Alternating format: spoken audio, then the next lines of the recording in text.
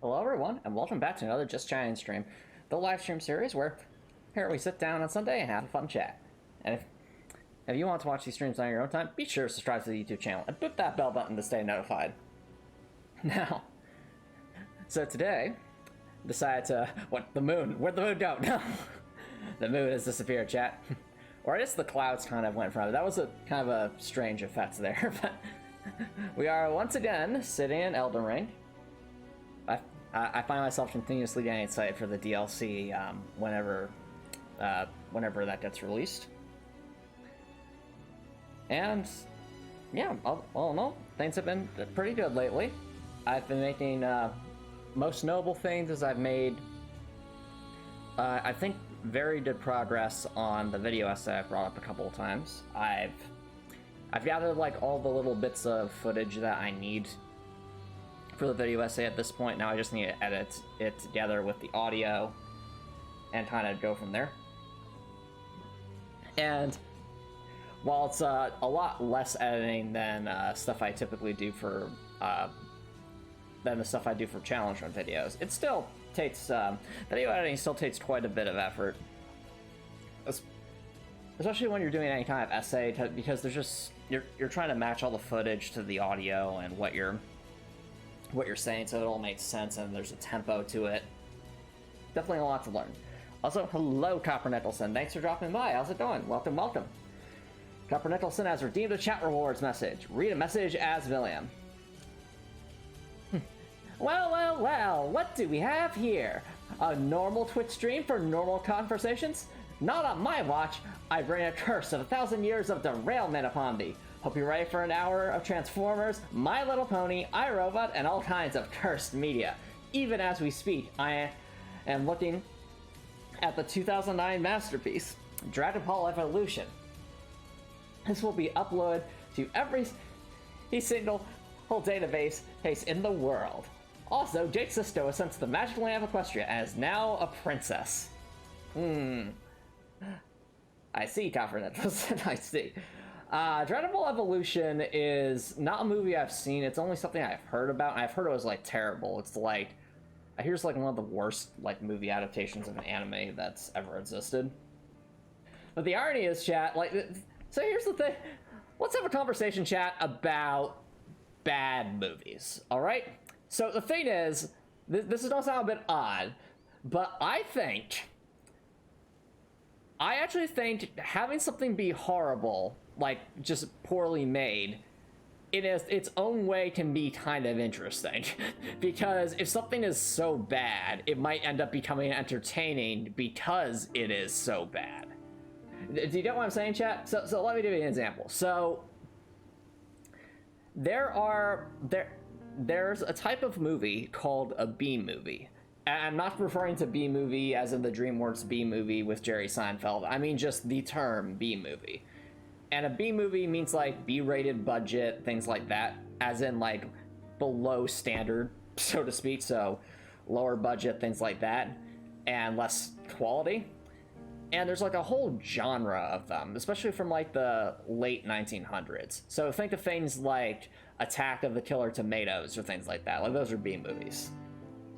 And the fact that such B movies are actually able to even earn any kind of reasonable income says that just because it's bad doesn't mean it's not entertaining.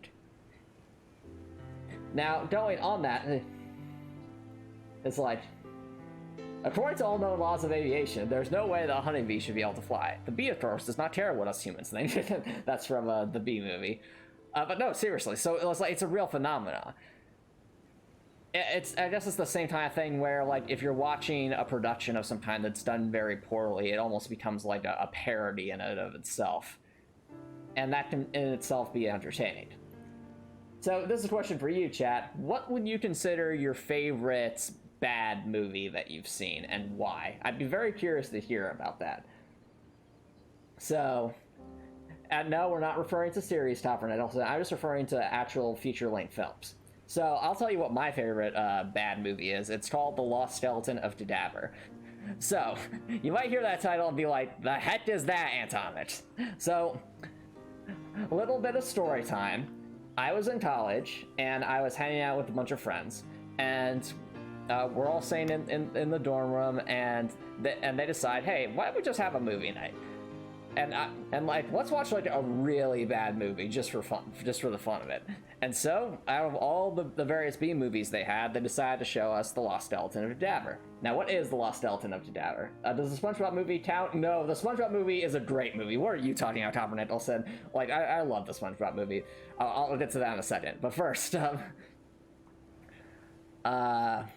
The Lost Skeleton of Cadaver, the premise of the plot is there's some detectives, if I'm remembering correctly, and who are trying to find out about aliens, and I think the aliens are searching for like a lost skeleton or something like that.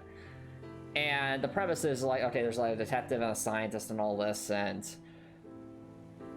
they're essentially searching for this lost skeleton, but the lost skeleton is the antagonist. And the lost skeleton, mind you, is literally just one of those skeletons you would hang on a hanger in like a science room to show like the anatomy of the human body. So like they got one of those skeletons and like put a voice behind it, and they have like people doing all sorts of ridiculous nonsense and just jump cuts to characters saying things like, there's this moment, and the thing is, like, the film is filmed all in black and white just to give you the feel of a much older movie. So it's like they're really, really aiming for trying to make a bad movie. It's like, does Scary Movie 1 to 5 count? I suppose so, but which Scary Movie, Topper Nicholson? Because I've only heard of them, I haven't seen them. Like, out of all those Scary movies, which would you consider your favorite of them if we're calling them bad movies? That's a Lost Skeleton of Cadaver. Like, I remember this one jump cut where it's like, it's a black and white scene, and then one character says, I wonder. And then it jumps to a completely different character who's also looking at the camera and said, in a completely different part of the world, says, I also wonder. And then they just continue to see it. It's so jarring, but so funny. So, let's see here. Topper Nicholson says, superhero movie featuring Drake Bell as Dragonfly Man. Okay, how come? So for me, what made The Lost Skeleton of Cadaver so funny is that the movie was trying to be a bad B movie, and it actually succeeded. Like, I think when I looked up like what the reviews for The Lost Skeleton of Cadaver is, it depending on the, like, I think The Lost Skeleton of Cadaver has one of the most wide-ranging review scores depending on the different websites you go to of any movie I've ever seen. There's just like one website I looked like, and it's like a 2.9 out of 10. Another website I looked at, it's like a 7.4 out of 10, and there's like everything in between. And you don't really see that very much between different movies. Like, you have to see controversial movies where things are kind of rated like mid, around like the 50% mark. But when it's like one website's like, yeah, this is awesome, and another movie's website's like, yeah, this is terrible. And it's just, it's like, I think that shows that you've made a really, really funny parody of a bad movie genre. That's seriously, like, there's a lot of funny quotes from the movie too, especially with like the characters who are from outer space, so the aliens trying to fit into the human norms and doing like all sorts of like trying to match all sorts of human mannerisms in the most awkward way possible. It's so funny. And Leslie Nielsen is Uncle Ben. Is that actually a thing, Topper Nicholson? Is that actually like a real thing? I'd be very curious. So, yeah, Lost Skeleton of Cadaver is an example of why it's considered to be a entertaining bad movie. On the other hand, you might ask the question, it sounds, well, okay, if a movie can be so bad it becomes entertaining, then is there any value in saying that a movie is bad in the first place? I'd say, yeah, because I think the worst thing you can be, chat, isn't, like, terribly made, because at least if something is terribly made, one can poke fun at it. I think the worst thing you can be is bland and boring. Because the thing is if any kind of work is, like, extremely terrible, it becomes memorable because it's extremely terrible. But if something doesn't really hold your attention and it's not that interesting, like, you'll forget about it. Like, it'll just kind of fade off out of existence. So in my mind, the worst movies aren't the ones like at the bottom of the list. They're the ones kind of at like near the bottom of the list. So in that sort of like below the 40% mark to 20% mark, where they're bad enough that you know that they're bad and they don't really have any redeeming qualities. They're just very mid. I think mid would be the correct term. So let's see. Your favorite B movie is iRobot. Oh dear. Yeah, don't even get me started about the iRobot movie. Like, the iRobot movie by itself is fine as a standalone film. Like, I think it's a fine film by itself. My problem with iRobot isn't that, like, the plot of it. Like, it is, I mean, it is part of the plot. Let me explain. So, my problem with the iRobot movie isn't the overall plot, because I think they handle it fairly well. The problem I have is that they use the title of Isaac Asimov's book, I, Robot. And you might say, well, Tom, it talks about the three laws, so surely it's the same story, right? No, it's not. Like, there's a common critique of movies based off of books is that they change things from the book and the book is better. But in the case of I, Robot, like, it's not just like, oh, they tweaked a few scenes here and there. It's a completely different plot. Like, the characters in iRobot, the movie, do not exist in iRobot, the book. That entire plot line in iRobot, the movie, does not exist in iRobot, the book. So to call it iRobot, I think, does a disgrace to the book, because it's like saying, like, it would essentially be like saying, I'm going to make a movie about, Super Mario Brothers, but I'm not going to have Mario in it, I'm not going to have Luigi in it, I'm not going to have Bowser in it, I'm going to create an entire new cast of characters that only briefly reference the Mushroom Kingdom for like 5 minutes, and then just have a movie. Like, it's like, it's just so baffling to me, because it's like, it's not a book adaptation, it's just a movie that happens to use the title and a tiny couple of premises from the book. So that's why I'm saying, like, that's why I don't like the iRobot movie. I hate, like, I think iRobot as a movie is fine, but I hate it as an adaptation because it fails at that spectacularly. Now, on the flip side, you were mentioning the SpongeBob movie as a B movie. I do not consider the SpongeBob movie a B movie. Now, you might say that's nostalgia talking, because I really like, the SpongeBob SquarePants TV show, especially the first couple of seasons. I think there's so many relatable and quotable moments and laugh out loud funny moments from early SpongeBob that I genuinely think SpongeBob SquarePants has shaped the generation that I come from. Like, our culture is shaped by SpongeBob. And I think the SpongeBob movie is like the peak of that moment in time when SpongeBob was really setting the standard for a culture. Because, well, there are other SpongeBob movies. I think the first SpongeBob movie is easily the best one, and it feels very much like a proper finale to the first couple of seasons of SpongeBob, before things started getting more mediocre, then going downhill, then being okay for some parts and horrible in others. But the SpongeBob movie, it actually does have a story that makes sense in SpongeBob context. It actually does have some good themes and lessons about what it means to be a man, and the importance of seeing of trying to being yourself. And it's just plain entertaining. Like, there are just many funny moments from the SpongeBob movie.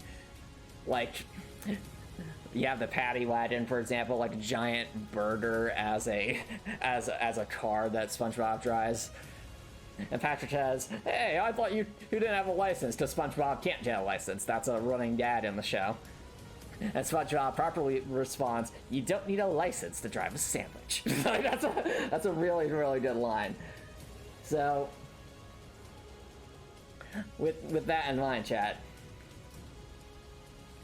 I think the SpongeBob movie is great. If you haven't seen it and you even find SpongeBob remotely funny, definitely worth watching. Like, I remember really enjoying it when I was a kid, and I'd say it's still well written and funny even as an adult.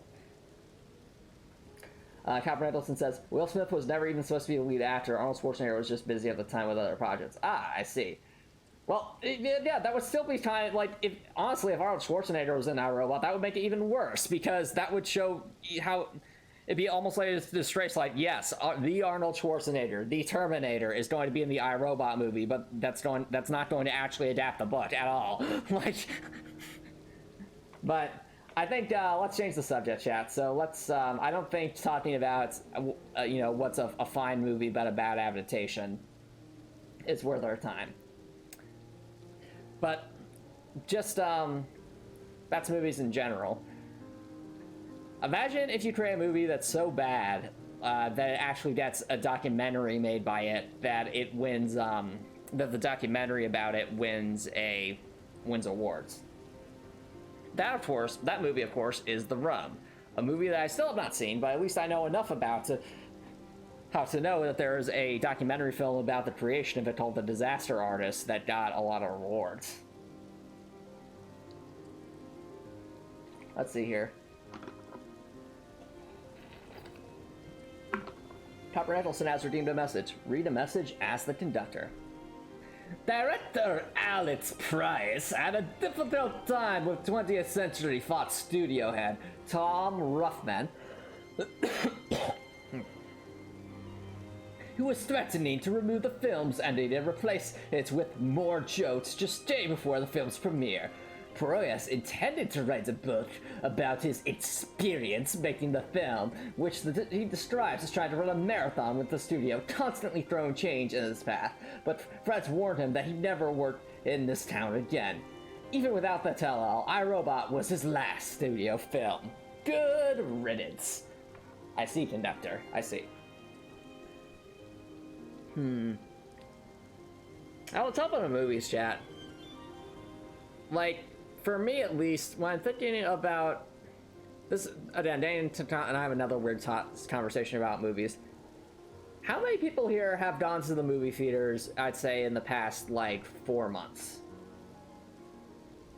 Because the thing is, like, when I was growing up, it was pretty common to go to the movie theaters, like, maybe, like, once every 1 to 2 months. Sort of like a nice little celebration, and get to see a fun film that's coming out. Yet, as an adult, now that, I have a full-time job and stuff, I don't really find myself going to movie theaters all that much. Like, off the top of my head, the only films I can remember going to, like, sit down at a movie theater as an adult were Across the Spider-Verse, Sonic the Hedgehog the movie 2, the prequel to the Hunger Games. I'm trying to remember what that movie was called. The Ballad of Songbirds and Snakes, and I think I went to see Avatar: Way of the Water as well. And that's it. That's 4 movies over the span of several years that I've seen in theaters. And it kind of makes me wonder, like, are movies in a weird state where, like, they're more so available on streaming now, or is, like, are theaters, like, severely in decline? Like, where are we at this point? Let's see here. Let's see. The only times you go to movie theaters is you're going to theaters, or if you're with family. Let's see here. You actually saw. You think The Ballad of Songbirds and Snakes is garbage? No. Like, I've read the book. They actually did a pretty decent job with adapting it. There were some. The irony is, I honestly thought, like, if they really wanted to be clear with how it was in the book, they would have actually had to make the movie another hour longer, but that would not have made sense. It was already towards 3 hours. So I think they did the best they could with how The Ballad of Songbirds and Snakes is as a book without actually breaking it apart into multiple movies. But I feel like if they did try to break it apart into multiple movies, people would be really, really angry. Because, like, I think of, like, how angry people were when the Deathly Hallows for Harry Potter was split into 2 movies. But, like, for what it's worth, like, I don't consider it, like, the worst Hunger Games film. And I thought that the actress playing Lucy Gray Baird and the actor playing Cornelia Snow did a great job, as well as a lot of the supporting cast did a great job. What's tough about and like there's a lot of good environmental storytelling and visual storytelling with the Battle of Songbirds and Snakes. Like there's this one scene where it's just before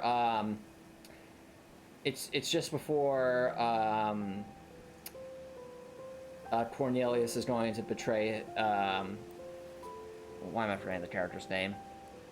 When Cornelius is going to betray a character who's been basically like his brother in all but blood up to that point, in the name of the state, and Lucy Gray is trying to tell him not to do it, basically, even though Cornelius isn't telling her exactly what he's going to do or why.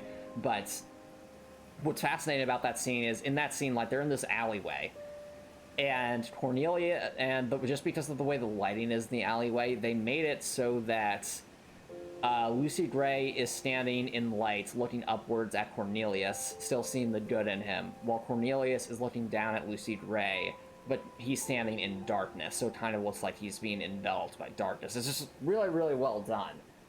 So, let's see. Here. So, now you don't have to like it, Tavern Nicholson, but I enjoyed it. Like, I enjoyed the book, I enjoyed the movie. You know, it's all good. Now, is it my favorite Hunger Games movie? No. Definitely not my least favorite, though. Like, to me, at least, my least favorite Hunger Games movie probably has to be the... I want to say it would be the...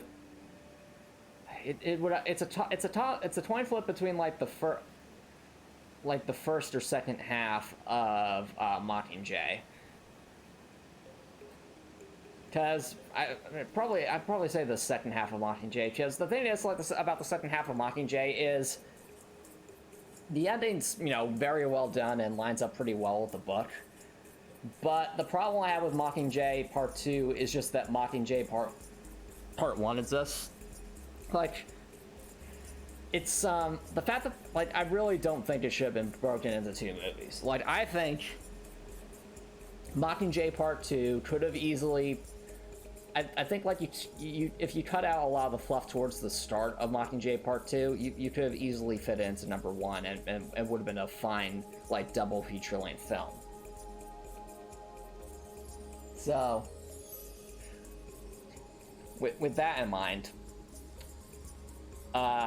you know, comparatively speaking, like, that puts the Battle of Songbirds and Snakes squarely in the middle for me in terms of how I liked it, only behind the first Hunger Games movie and, of course, Catching Fire, which I consider the best of the Hunger Games movies.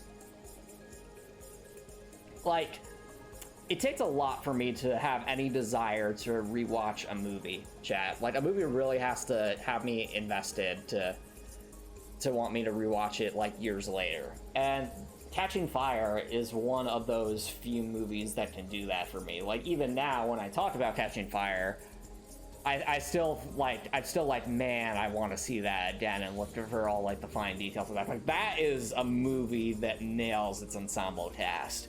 Like, I think they cast all, like, the other tributes perfectly for who they were, and, like, all the actors and actresses did a fantastic job of conveying the trauma and the sense of doubt and betrayal they all have as they're brought into the Quarter 12 Hunger Games.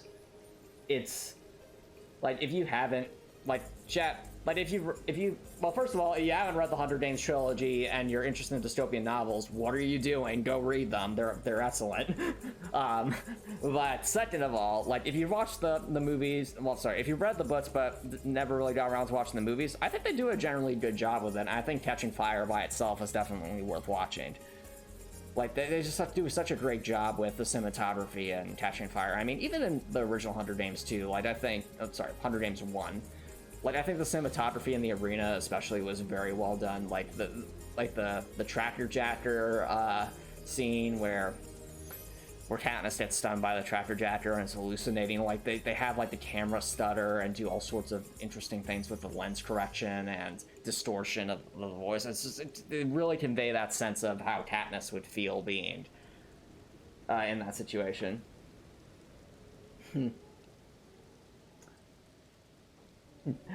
Dr. Nicholson brings up Hunger Games and Star Wars are the exact same story.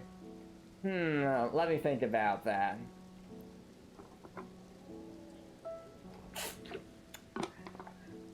I would say, Dr. Nicholson, I'd need you to explain your thinking because I'm having trouble seeing it.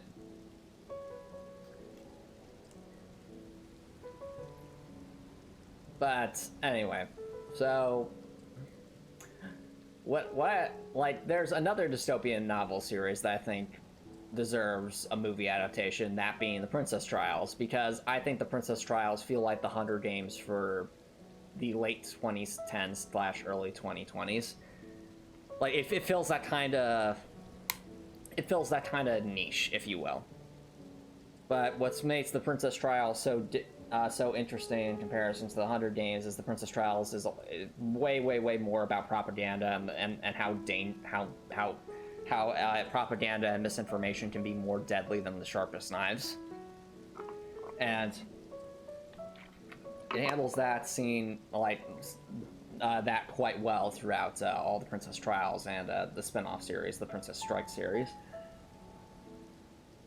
So, oh yeah, Squid Games, another dystopian series, this time in the form of a Netflix series. Though, let's see, as much as I enjoy Squid Game, like as like a dystopian series to watch, I think, let's see, if I had to pick a Netflix dystopian show to watch, just, you know, to have something to watch, it actually wouldn't be Squid Game, it would be Alice in Borderland. I know, sacrilege, right? It's like everyone enjoys watching Squid Game, but the thing is like, whereas Squid Game feels kind of like if you had like a modern day sort of Hunger Games that somehow was kind of happening behind the scenes and was adapted into like a season-long show. Alice in Borderland, on the other hand, is almost like a live-action anime, both in the way its storytelling is presented, its structure, its characters, and it's got 2 seasons. And the twist at the end of season 2 I thought was so brilliant, and like made it like it's one of those twists where like once you know about it, it makes you want to watch the whole show again just to try and pick up on all the symbolism and how it all ties into that twist. Like, it's that good. Like, it's really like definitely worth it to watch it through the end. And also like all the death games they have in Alice in Borderland are all very like they're very like they're brilliantly simple in a sense. So let's go with that. I see you agree, Copper Nicholson, that Cars is the peak of the franchise, and it has 2 characters that really stand out, that being Lightning McQueen and Doc Brown. I agree, Copper Nicholson. I'm glad we're on the same page there. Now as for I mean, it's a raining night with the gold in the background. I think this is the perfect way to convey dystopia, like the dystopian effect. Since, in my opinion, chat, like I think a good dystopian novel has to. Well, actually, no. I think a lot of dystopian novels are just dystopian stories. They, I guess, lean so much into the darkness that they kind of forget about the message or things like that. I mean, to be fair, some dystopian novels are more so meant to be seen as a warning, like 1984 or Brave New World, for example. Like 1984 especially shows you, like, okay, under, like, what would humanity look like if it was truly stuck and wasn't able to get out of the horrible situation it got itself in?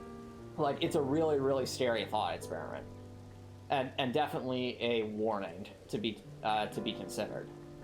But I guess this kind of ties into how I'm, writing the story for Heartwell, since Heartwell, at its core, is a dystopian story.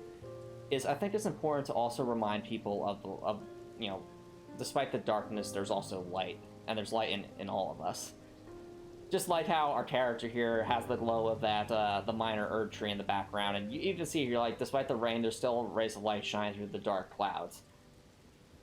So, I do not think I genuinely don't think there are enough dystopian novels with a much more uplifting message by the end. Because most of the time with dystopian novels, it's just darkness, darkness, darkness, darkness, and then at the end, somehow everything sort of works out, and that's it.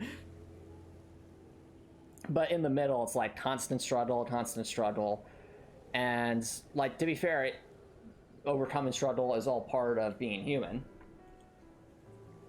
But I just think, like, it'd be nice to have at least a few more dystopian stories where the main character isn't some rough and tumble person who's always grumpy all the time and things like that. Because, you know, we have enough Katniss Everdeen's, Xione's Talicos. We have enough the main character of Red Rising.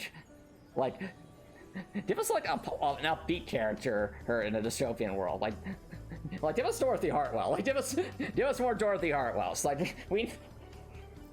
think that would only help show the themes even better, because you're able to draw that contrast between the good and the bad. Let's see here.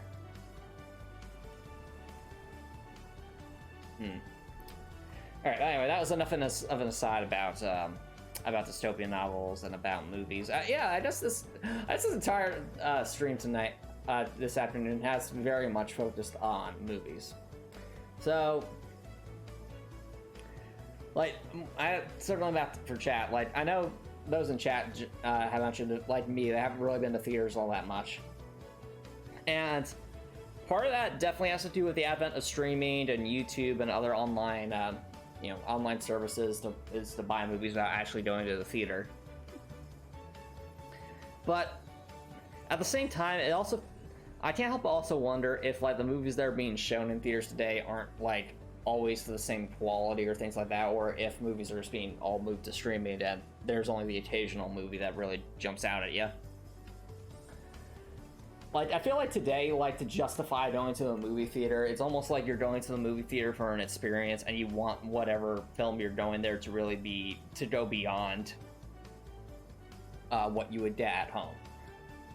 And that's why, like, so, I mean, I know whenever I go to the theaters, for example, chat, I usually sit in either whatever the IMAX theater is or the 3D theater or something, because at least then I can justifiably say, like, okay, even if this movie will be available on streaming in the next couple of months, I'm not going to be able to see it in, like, a fully immersive, massive theater with surround sound and 3D glasses to make action pop. Like, it's... At this point, it's like, I don't really find... Like, when I go to the theater, it's like, I want it to be an experience. I feel like the movie theaters that survive streaming are going to lean in heavily with that. I remember, like, where I was growing, around where I grew up, for example, there's a movie theater, there is a movie theater chain called the Movie Tavern, and what's nice about it is it's a movie theater, but it's also a restaurant. So you actually, when you're staying at the movie theater, you have your own little folding table, kind of like you'd have if you're on an airplane, and you have a little button to call a waiter to get more food. It's just, that's an experience. If you've never been to one, it's one of those things where it's like, yes, it's a once in a while thing, but it's a fun once in a while thing. Let's see here. I also find it interesting how the moon just kind of fades in and out of existence in Elden Ring chat. It's like, it's literally a JPEG of a moon. As we can see, it's static, or is it moving? It doesn't, actually, I guess I never really thought about it, chat. Like, the moon doesn't really move that much in Elden Ring, does it? Like, we see the sun kind of rise and fall, but the moon just kind of stays in place. Like, I've been looking in the same general direction for all stream, and the moon has not moved. Like, it gets covered by clouds and stuff, but it doesn't actually move from that position. I feel like that probably has something to do with the lore in Elden Ring. I'm sure VaatiVidya or Smotown or something probably has, some lore about that. I know at least with the stars, like, there's a meteor that's kind of stuck in place as a general redundant, but, like, the moon, it definitely bears questioning. Let's see. Hmm. Now, something else I'm considering, chat. Though this is Dane off topic with the movie discussion about movies. I'm wondering if we should make the just chatting streams, or at least these Ask Me Anything streams, like maybe like a monthly thing. Because don't get me wrong, chat. I enjoy like our Sunday chats, but it definitely feels like there's only so much that can be talked about like in a weekly basis. So that's kind of making me wonder if perhaps I should be making these Ask Me Anything streams kind of more of a weekly thing. Well, I can see that you enjoy Copper Nicholson, but you might also notice that that there's also no one else here. At the moment, it's just you know, there's sections of like streams like this where I'm inevitably just talking to myself, and I don't think that's particularly entertaining for anyone if I'm just talking to myself. But so that's kind of what I'm wondering, like, would it be better to have, like, you know, these chatting streams made a bit more infrequently, so it's, like, more of an event, kind of like, okay, this is going to be our Ask Me Anything weekend, or something like that. It's just something I'm thinking about. Also, it is raining. I can't even see the sun anymore. Oh, no.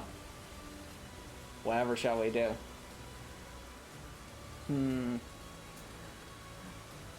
Would From Software ever make a video game where the main character can fly? I mean, I guess you can sort of do that in, like, Armored Core 6, but it isn't, like, true flight. Well, no, it's just something I'm considering, Copper Nicholson. I haven't made a decision about one way or the other yet. I'm just something I'm thinking about. So... okay, now we have some more birds over there. Birds are singing and flowers are blooming. And yeah. Honestly, like, chat, the past couple of... like, I'd say the past month or so has definitely been a very experimental period for the channel. You know, I've tried different things. You know, we've tried, you know, some chatting streams. I mean, even with this video essay I'm writing, like, it's definitely going to be a bit different from what I usually make. So, given that this essay I've been writing is not a challenge on an essay. So, definitely trying to try new stuff. You know, keep things fresh and, you know, be the best me I can be. So, that's just kind of where I'm at this point, chat.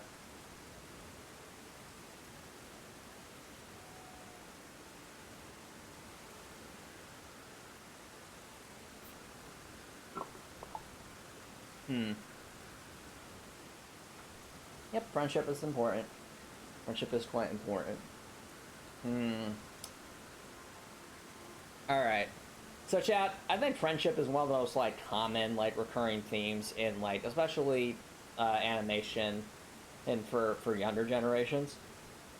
I mean, it is a common refrain in things like Yu-Gi-Oh!, Pokemon, My Little Pony, etc. To the point that the term power of friendship is by itself a meme. It kind of almost makes me wonder if there's almost an oversaturation of storytelling about friendship, or just the generic concept of friendship without really exploring, like, different types of friendships. And if that does kind of, like, a disservice to the stories. I think, like for example, what do we got here?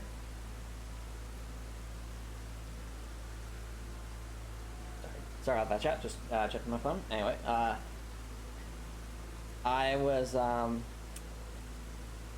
I think how, like, friendship is brought up in some of the old Scooby-Doo shows, for example, or, like, a lot of the other older Yu-Gi-Oh! Shows stuff, and it just gets to the point where it's like, yes, you repeated this over and over again, but you aren't really exploring, like, how friendships form, how they fall apart, how to cope in different circumstances. Is more so just being like, okay, let's do some random shenanigans this week, and then, oh, power of friendship saves the day. Like, I think that definitely misses some opportunities. And then you have, you know, there are shows shows that do try to support more. Copper Nicholson seems to be bringing up My Little Pony quite a bit. I know I riffed on the Yu-Gi-Oh shows for a bit, but I mean, I think Yu-Gi-Oh! 5Ds at least does a decent job about exploring different types of friendships. And then some of the Pokemon series also do a pretty decent job of that as well. Let's see what I'm thinking about friendships. And there's also some visual novels I think can explore, the value of friendships, especially in tough times. Like, you want to talk about not visual novel. It's not really a visual novel. You want to talk about a video game that I think does a fantastic job exploring the concept of friendships in an incredibly difficult circumstance. Go play a video game called Omori. Just know you are in for a bad time. Let's just put it that way. Like, Omori is very artfully done, especially with its storytelling outside of outside of Sunny's headspace, and it's like the way it tells its story about depression and all sorts of mental health things, and how friendships fall apart, but also how people can reconnect again and find their way after a difficult event happens. I think it handles it very beautifully, even if the story is insanely dark. Well, it's... also think there's some visual novels out there that do a pretty decent job about talking about showing different friendships and the value of them.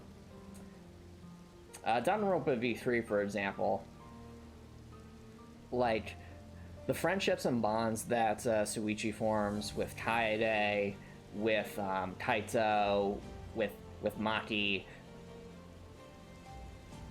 yeah, like, especially like with those four, like that, like those friendships are what carry him through his darkest times, and it matters so much to him. So, I see, Governson, you are quoting Star Trek, "Resistance is futile. Resistance is futile. The idea that you can resist is inconceivable. Inconceivable!" Okay. But yeah. So we've got the sky is raining, flowers are blooming. I do wonder, Elden Ring has dynamic weather, which is really fun. What if, chat, they had dynamic plants? Like, imagine, if you will, like, under certain weather conditions, different environments actually become accessible or inaccessible.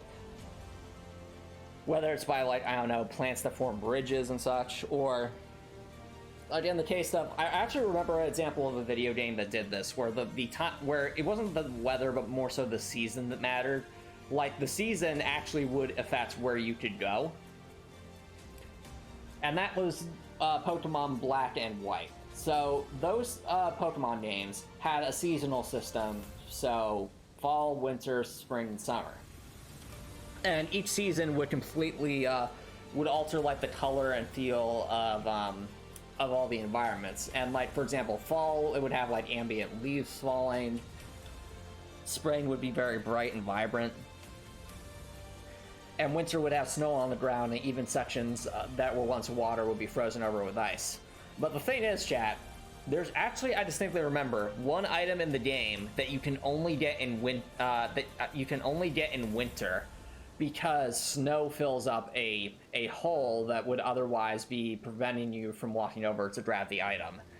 And I thought that was, like, it's such a tiny detail, but I thought that was really cool, because it's like, whoa, these seasons aren't just cosmetic, they actually affect gameplay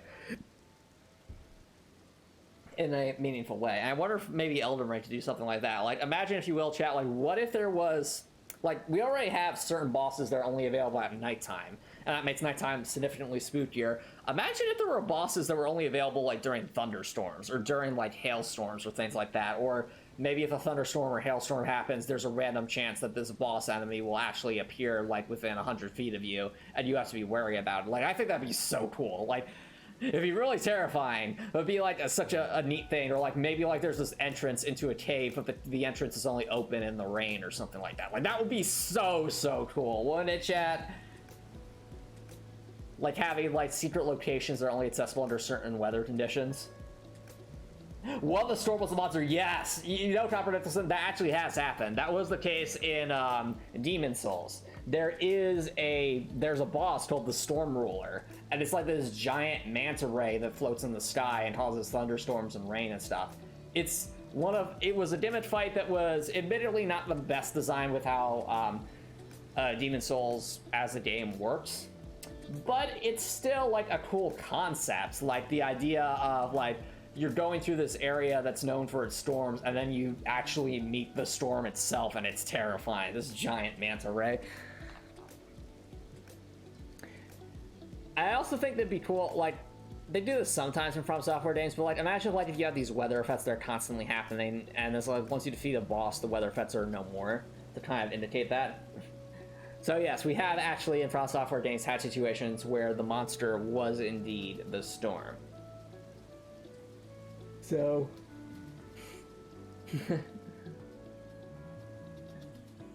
so yeah.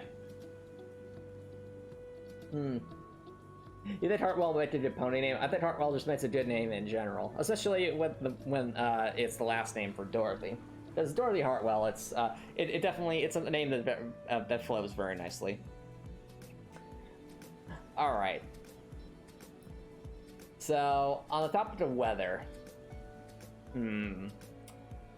I also wonder, like, what if chat, like, there were certain locations that you can only get to if you're actually destroyed by a weather condition. Like in Elden Ring, for example, like this is a novel concept for From Software.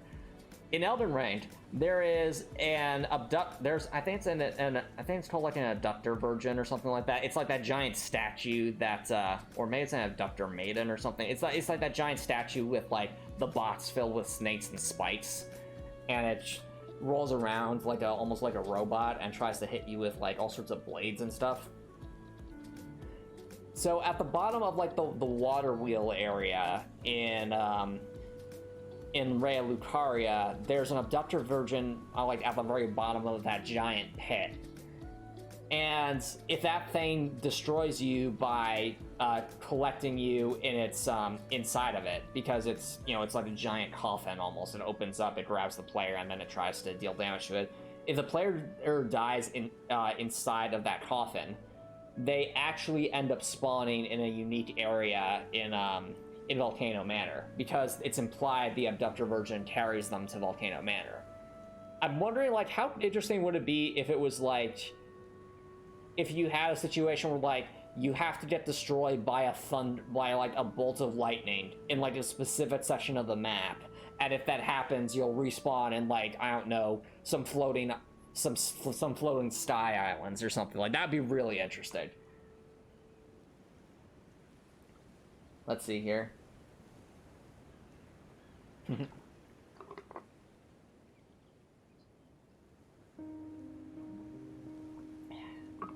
Sorry about that, chat. Just had to take a second to hydrate.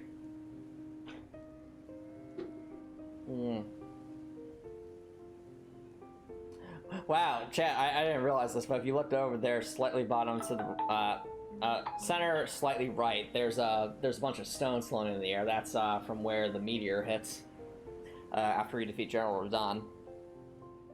It's amazing how much you can see it in the distance in a game like this. I mean, that is one of the things that has always been cool about From Software's games, is they really like to put their levels, like, make their levels feel cohesive. Except Dark Souls 2, but we don't talk about that. To the point where it's like you see something in the distance, and there's a good chance that if you see some point of interest in the distance, you'll actually be able to physically go there later in the game. And bear in mind, you know, while Elden Ring's an open world game, most of From Software's games are not really open world, they're more so Metroidvania in their level designs. So to have that kind of notion of like the things you see is where you get to go, I just think it's such a tiny detail. I think it's really cool. But I can't tell you how many times as a kid I'd play all sorts of video games, and I'd see like the backdrops that are out of bounds, like all the outbound objects. I'm like, I want to go there. I want to see what's over there. But the game doesn't let you, because, you know, invisible walls are everywhere. But in a game like in a game like Dark Souls 1 or Dark Souls 3 especially, if you see an area of interest in the distance, like you'll most likely be able to go there or at some point, and I think that's fascinating. Like, they really do a good job of making you invested in the world. And all the more reason to be excited for the DLC, since, you know, From Software's DLCs tend to be among the best of what they produce. Not always, but often, and it's the case. I know it's definitely the case in Dark Souls 3, because the Rain City is easily superior to any other location in the base game. And for what it's worth, there are sections of the first DLC in Dark Souls 3, especially that ice town, that I thought was, you know, pretty well designed. Whereas a lot of other sections in Dark Souls 3 can feel very, like, narrow and pointing you in one direction. Like, for the life of me, chat, I see lots of people saying, like, Dark Souls 3 is the peak of the Souls series, and I just cannot understand it. Like, yes, Dark Souls 3 is a fun game, but Dark Souls 1 exists. Like, I think Dark Souls 1 is an infinitely better designed, well, in general, a better designed game than Dark Souls 3 is. Just in terms of its interconnectedness and its design of its world. Like, we've never gotten another Souls game like that since then. But, who knows? That is something that's something I consider whenever I'm working on Heartwell, is trying to have that same kind of interconnectedness. Like, I'll tell you right now, chat, just like Heartwell, at least as I'm currently designing it, is not going to have any fast travel system. Because, you know, something that I liked about Dark Souls 1 is up until you defeat Ornstein and Smod, you don't have the ability to fast travel at all. Which means you actually have to think about how you need to get from point A to point B. And because of that, it makes the world of Dark Souls 1, you can picture it in your head a lot more clearly as a result, because you've had to think about it. Like, okay, there are these two bells I need to ring. One's at the top of a church, and the other is deep down in a canyon. Like... And the thing is, you need to ring both of them to progress the story. So it means no matter which way you go, you're going to have to backtrack a little bit, but that's not necessarily a bad thing. It's more so showing that you need to understand how the world's designed, be willing to learn that, think in the big picture, and also allows it to interconnect around itself. Like, I think the fact that with the structural level design of Dark Souls 1, you can go up through... Sorry from Firelight Shrine, you can go up through the Undead Burg, ascend the castle wall, head on into,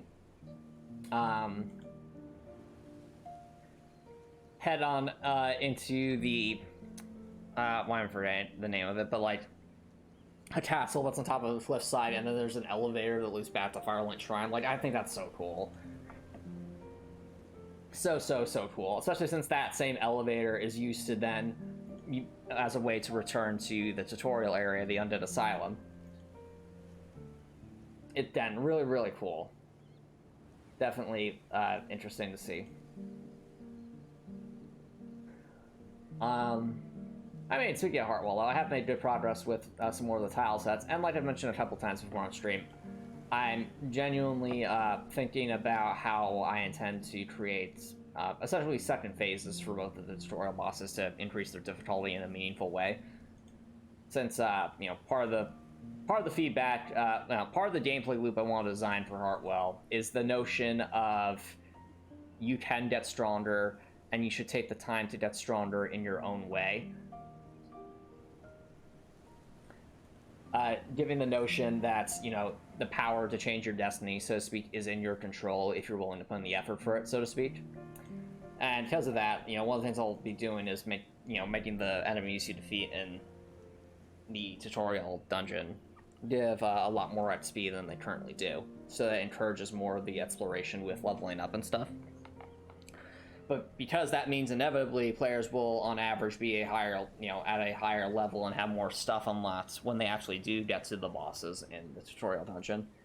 It means the bosses also need to be, you know, improved to compensate for that, so that there's still a reasonable challenge, and that so that they're still teaching the players important lessons for later.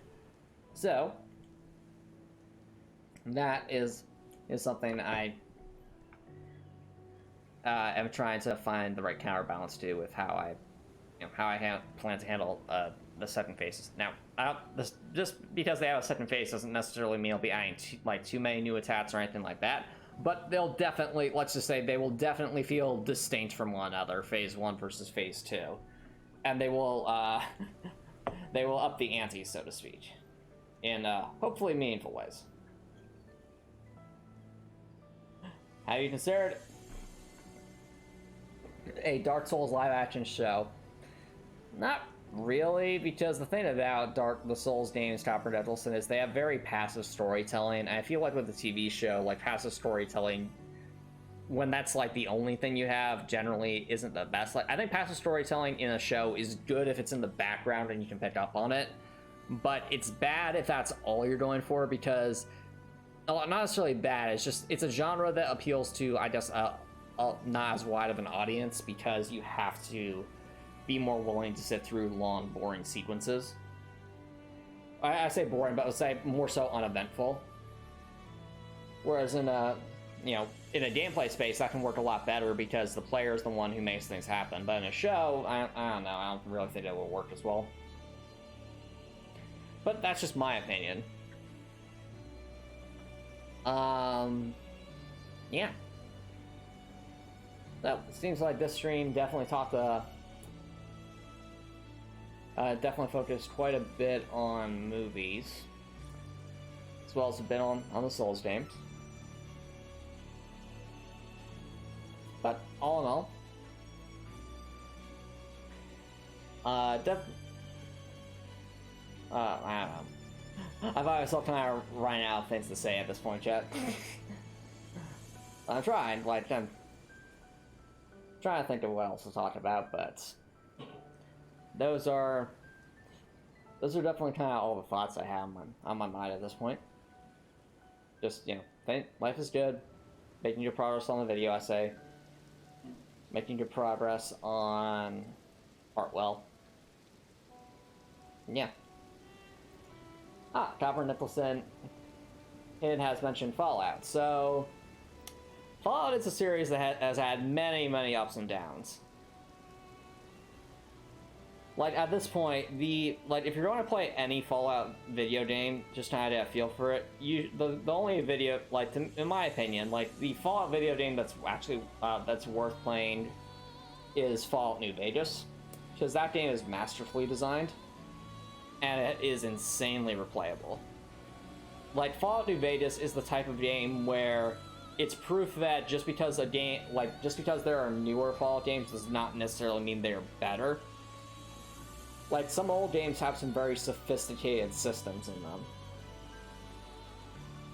And a lot of variety, too, because they were at a time where you weren't relying, where pre-orders weren't really as much of a thing, and a game had to be ready to ship by the time it was made. And it's all the more impressive with how well written of a game Fallout New Vegas is, given that it had a really, really compressed development schedule. But ironically, in most cases that'd be a horrible thing. In the case of Fallout New Vegas, I think it actually forced the developers to essentially think about what matters in a game. And so the stuff that is in Fallout New Vegas, they focus heavily on stuff of substance and not stuff of oh, that looks fun, it might be fun. And probably there are many video essays on YouTube depicting why Fallout New Vegas is a masterpiece, so I don't really feel like I'd be adding very much to say that. I'll just say, Fallout New Vegas understands the concept that the best open world design is a slightly closed one. And that means that you essentially design your open world in a way that you don't prevent the player from going anywhere in particular, but with the way the world is designed in terms of difficulty of certain enemies or obstacles, that difficulty passively tells the player to go in a specific direction to support the story. So in the case of Fallout New Vegas, You start around, I want to say, like, in Fallout New Vegas, you start towards, like, the middle left section of the map. Alright? And New Vegas is at the far north. And then there's other stuff to do in the south and in the west. And in the middle of the map is a mountain range that's impassable. Alright, chat? So, you can think of the Fallout New Vegas map as almost one giant circle. Now, with that in mind, the way the game is started, you're actually not that far from New Vegas. And your first objective, like your first story mission in Fallout New Vegas, is to go to New Vegas. Now, you might think, oh, well, it's an open world game, so clearly I should just take the shortest distance, right? And the shortest distance is like, there's this northern back road that's like clearly like it requires the least amount of effort to travel in order to, well, not effort, like the least amount of distance to travel to actually reach the outskirts of New Vegas. But that, well, the thing about that path, chat, is that it's filled with all sorts of Cassiodors, which are like these giant bees, and the bees, like, when they attack you, they deal all sorts of deadly poison, and they have endgame level stacks. So, like, and bear in mind, like, there's like these endgame level path that's very narrow, where it's like, if you want to try and run down that path without getting hit by the Cassiodors, good luck. So that dissuades, you know, a new player from going that way to reach New Vegas, because they don't want to fight the Cassiodors, because the Cassiodors will mess them up. So you might think, okay, well, that path doesn't work, I'll just go around that path, because I have this wide open highway slash mountain slash hilly area between me and New Vegas. That's not very far, right? Except in that section, also, the sky's very pretty right now. Anyway, in that section, chat, that section's filled with Deathclaws, which are giant, like, Tyrannosaurus Rex raptor kind of enemies. They're very fast and deal ludicrous amounts of damage, like destroy you in one hit kind of damage. So, once again, even though it seems like the obvious way to go if you want to get to New Vegas, you're once again hit with endgame level enemies or obstacles that dissuade you from going that way. Again, it's not a physical barrier. Like, really skilled speedrunners and stuff for the game can, you know, they have their own routes through those paths to get to New Vegas quickly. But for all of us mere mortals who aren't speedrunners, that, you know, the introduction of that gameplay stuff creates a choice for the player. The choice is like, do I face the difficult area that will probably require all my resources and I'll have to play perfectly? Or do I go south around the mountain range, the long way to get New Vegas, which is a lot easier? And that's what most people do. Like, I'd say 85% of people who are playing New Vegas for the first time, they end up taking the long way around to get to New Vegas. And in so doing, the game has created that slightly closed open world, because there's no, like, invisible wall stopping you from taking the other paths to New Vegas. It's just the difficulty of those regions from compared to where you're starting. And as a result, the game passively encourages you to take the long way around and really get to experience the world, because the way that third path is set up, it's set up to introduce you to all the other factions in the game, for the most of the other factions in the game, and give you a sense of the world, and give you lots of opportunities to build yourself up in your own way, so that by the time you reach New Vegas, you actually feel like you have a good, solid mid-game level character that fits your play style. You have a firm understanding of the lore at that point. So it's really, really well done. And that's only like the start of it. But I think that'll be a good spot to wrap things up. If you're watching on Twitch, feel free to sit around for raid. But if you're watching YouTube and that we saw, please consider subscribing on YouTube. If you're subscribing on YouTube and want to change your mind later, it's great way to show support. Watching YouTube, have an amazing night.